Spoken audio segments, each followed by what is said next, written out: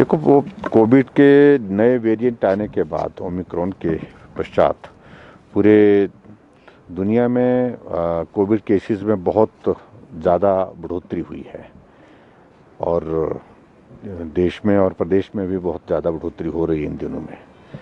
अगर हम हिमाचल प्रदेश का देखें तो लगभग 1800 केसेस से ज़्यादा केसेस पर डे आ रहे हैं।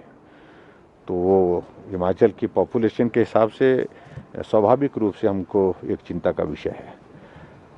प्रधानमंत्री जी ने सभी मुख्यमंत्रियों से इस बारे में फीडबैक लिया कि किस प्रकार से सारी चीज़ें आपके प्रदेश में तैयारी की दृष्टि से हैं और क्या क्या। उसके बाद जो सबसे बड़ी बात है कि जो सेक्रेटरी हेल्थ जो गवर्नमेंट ऑफ इंडिया उनकी ओर से जो प्रेजेंटेशन दी गई उसमें ओमिक्रॉन के बारे में डिटेल में बताया गया कि संक्रमण ज़्यादा होगा, ये आप मान करके चलिए, लेकिन उसके बावजूद हॉस्पिटल में पेशेंट का नंबर बहुत ज़्यादा नहीं बढ़ेगा क्योंकि होम आइसोलेशन में ही अधिकांश लोग इसमें ठीक हो रहे हैं।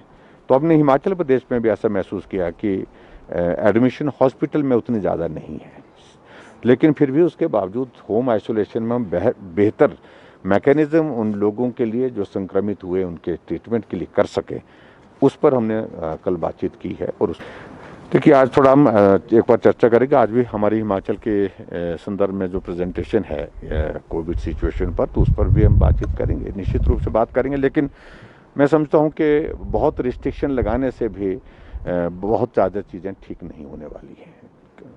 ठीक नहीं होने की वजह मेरा कहने का कि आर्थिक दृष्टि से कोविड के कारण लगातार तीसरा साल चल पड़ा, जो बहुत बड़ी क्षति हुई है इकोनॉमी को, और वो मुझे लगता है कि उस पर भी हमको विचार करना पड़ेगा कि आने वाले समय में इन रिस्ट्रिक्शंस के कारण हमारी डेवलपमेंट के साथ साथ में हमारी इकोनॉमी ज़्यादा प्रभावित ना हो, ये भी बहुत आवश्यक है। आईजीएमसी की देखिए, आपको इस बात को समझना पड़ेगा और विपक्ष वालों को आपका जिम्मा रहा समझाने का।